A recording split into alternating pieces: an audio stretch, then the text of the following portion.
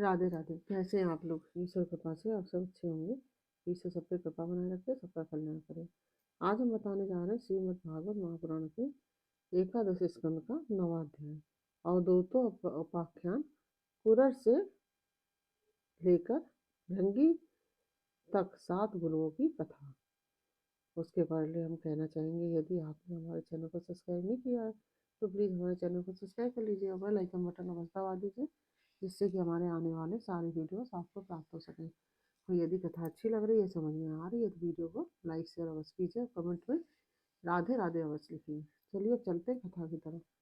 नारायण नारायण हरि हरि, भजन नारायण नारायण हरि हरि, तेरी लीला सबसे प्यारी प्यारी, हरि हरि तेरी लीला सबसे न्यारी न्यारी, हरि हरि श्री नारायण नारायण हरि हरि, भजन नारायण नारायण हरि हरि। राधे राधे। बोलो कृष्ण कन्हैया लाल की जय। अवधूत दत्तात्रेय जी ने कहा, राजन, मनुष्यों को जो वस्तुएं अत्यंत प्रिय लगती हैं उन्हें इकट्ठा करना ही उनके दुख का कारण है। जो बुद्धिमान पुरुष यह बात समझ कर अकिंचन भाव से रहता है, शरीर की तो बात ही अलग, मन से भी किसी वस्तु का संग्रह नहीं करता, उसे अनंत सुख स्वरूप परमात्मा की प्राप्ति होती है। वह एक कुकर पक्षी अपनी चोंच में मांस का टुकड़ा लिए हुए था। उस समय दूसरे बलवान पक्षी जिनके पास मांस नहीं था, उससे छीनने के लिए उसे घेर कर चोंच मारने लगे। जब कुकर पक्षी ने अपनी चोंच से मांस का टुकड़ा फेंक दिया, तभी उसे सुख मिला।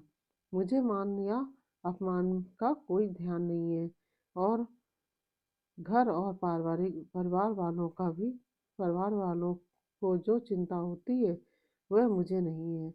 मैं अपने आत्मा में ही रमता हूँ और अपने साथ ही क्रीड़ा करता हूँ। यह शिक्षा मैंने बालक से ले ली है, अतः उसी के समान मैं भी मौज में रहता हूँ।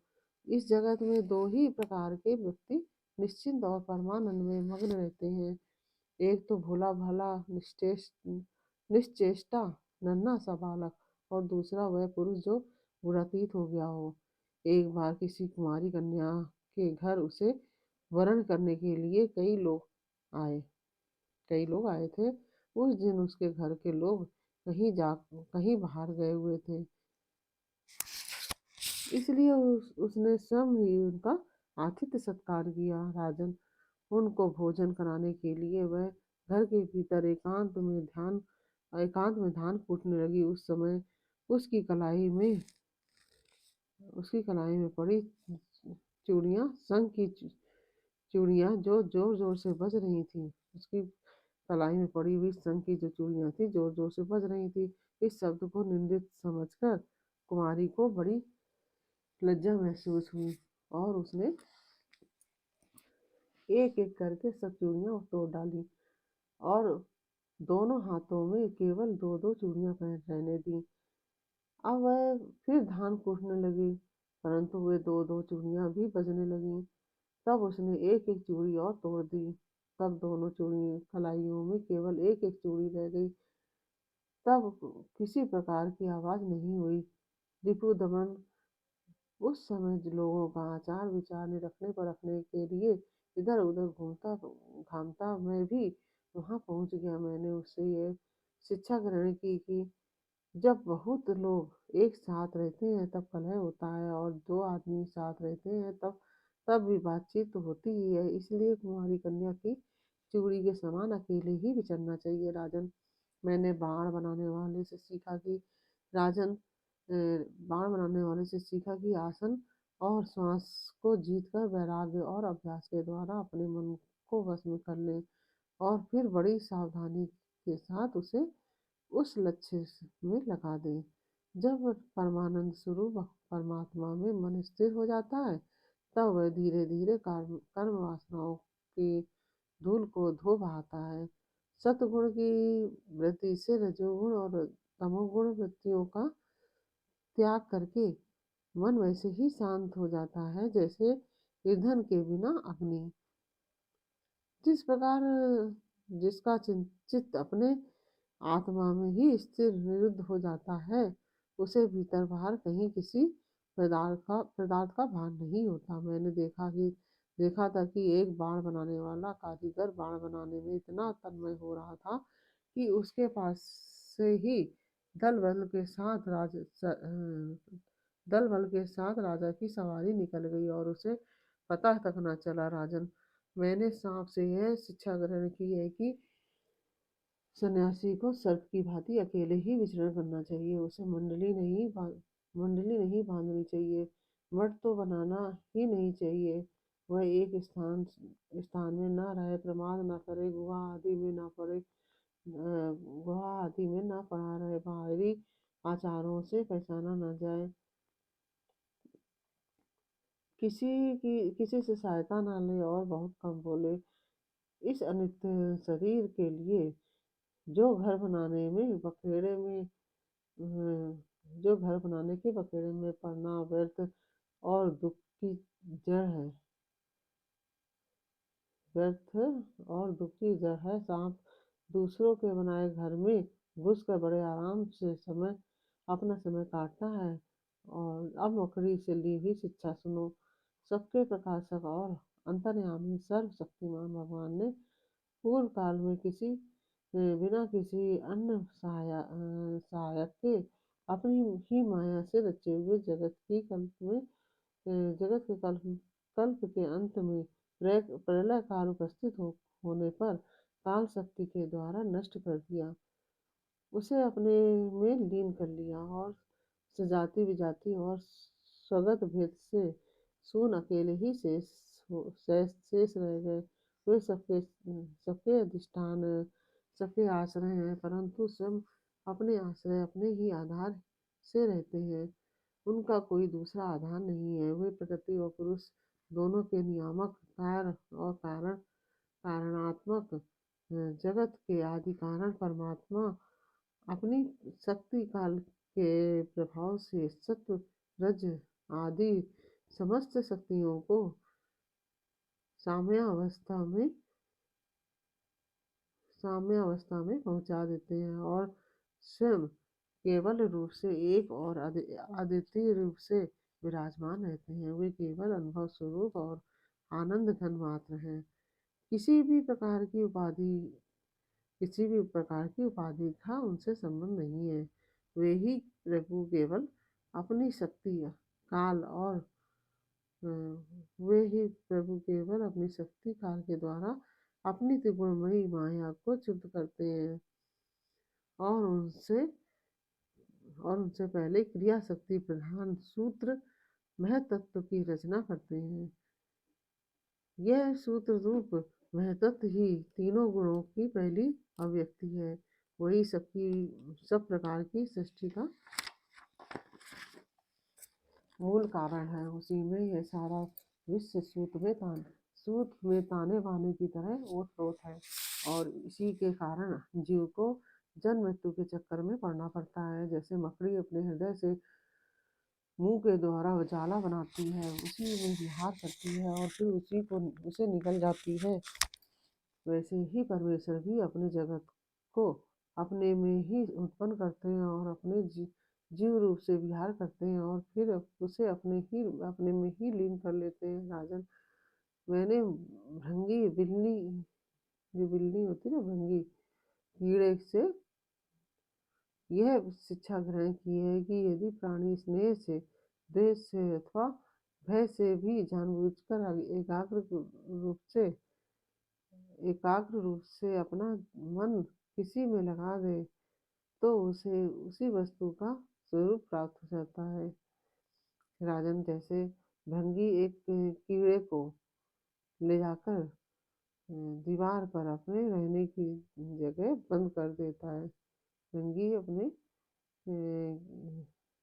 एक कीड़े को ले जाकर दीवार पर अपने रहने की जगह बंद कर देता है और वह कीड़ा भय से उसी का चिंतन करते करते अपने महल शरीर का त्याग किए बिना ही उसी शरीर से तद्रुप हो जाता है। राजन, इस प्रकार मैंने अपने कि मैंने इतने गुरुओं में से शिक्षा ग्रहण की है। अब मैंने अपने शरीर से जो कुछ सीखा है वह तुम्हें बतलाता हूँ, सावधान होकर सुनो। ये मेरा ये शरीर भी मेरा गुरु ही है।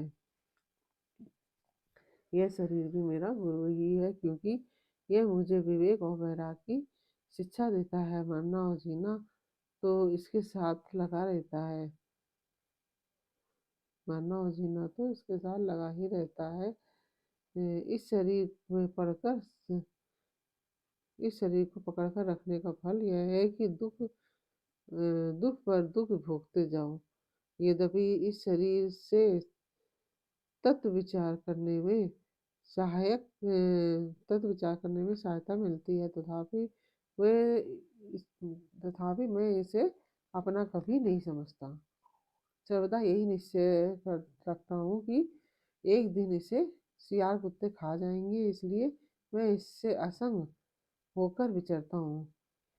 जब जीव शरीर का फ्री करने के लिए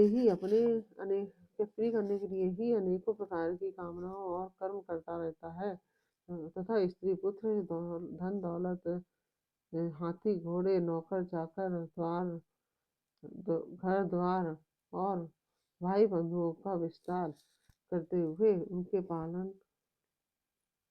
पालन पोषण में लगा रहता है। बड़ी बड़ी कठिनाइयां सहकर धन संचय करता है।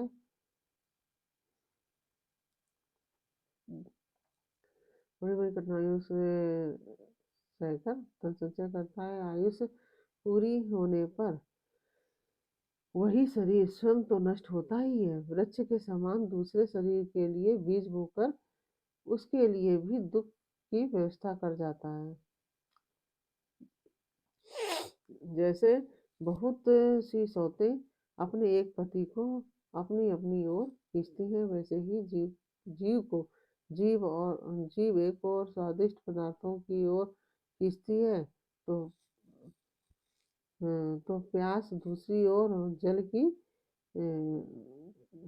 की जनेंद्रियों एक और स्त्री समूह की ओर ले जाना चाहती है, तो त्वचा पेट और कान दूसरी और कोमल स्पर्श भोजन और मधुर शब्द की ओर खींचने लगते हैं।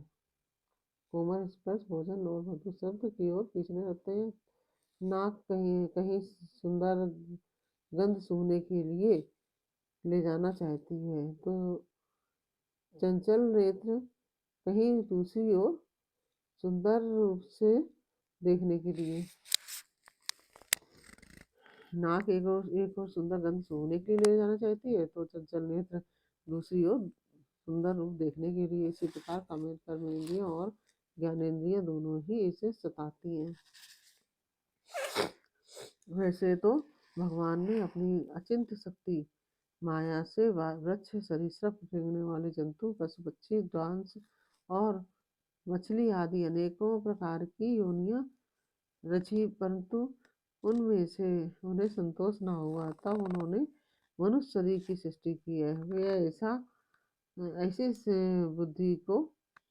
ऐसी बुद्धि से युक्त है जो ब्रह्म का साक्षात्कार कर सकती है। इसकी रचना करके वे बहुत आनंदित हुए। यद्यपि यह मनुष्य शरीर है तो अचिंत ही, जगत मृत्यु सदा इसके पीछे ही लगी रहती है, परंतु इससे परम पुरुषार्थ की प्राप्ति हो सकती है। इसलिए अनेक जन्मों के बाद यह दुर्लभ शरीर मनुष्य शरीर पाकर बुद्धिमान पुरुष को चाहिए कि शीघ्र से शीघ्र मृत्यु के पहले ही मोक्ष प्राप्त करने का प्रयत्न कर ले।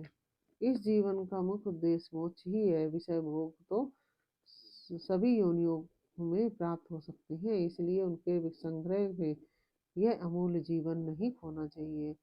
राजन, यही सब सोच विचार करके मुझे जगत से वैराग हो गया। मेरे हृदय में ज्ञान विज्ञान की ज्योति जगमगाती रहती है। ना तो कहीं मेरी आसक्ति है और ना कहीं अहंकार ही। अब मैं स्वच्छंद रूप से इस पृथ्वी में विचरण करता हूँ राजन। अकेले गुरु से ही यथेष्ट और सुदृढ़ बोध नहीं होता। इसके लिए अपनी बुद्धि से भी बहुत कुछ सोचने समझने की आवश्यकता है। देखो, ऋषियों ने एक ही अद्वितीय ब्रह्म का अनेकों प्रकार से गान किया है। यदि तुम स्वयं विचार कर निर्णय करना करोगे तो ब्रह्म के वास्तविक स्वरूप को कैसे जान सकोगे।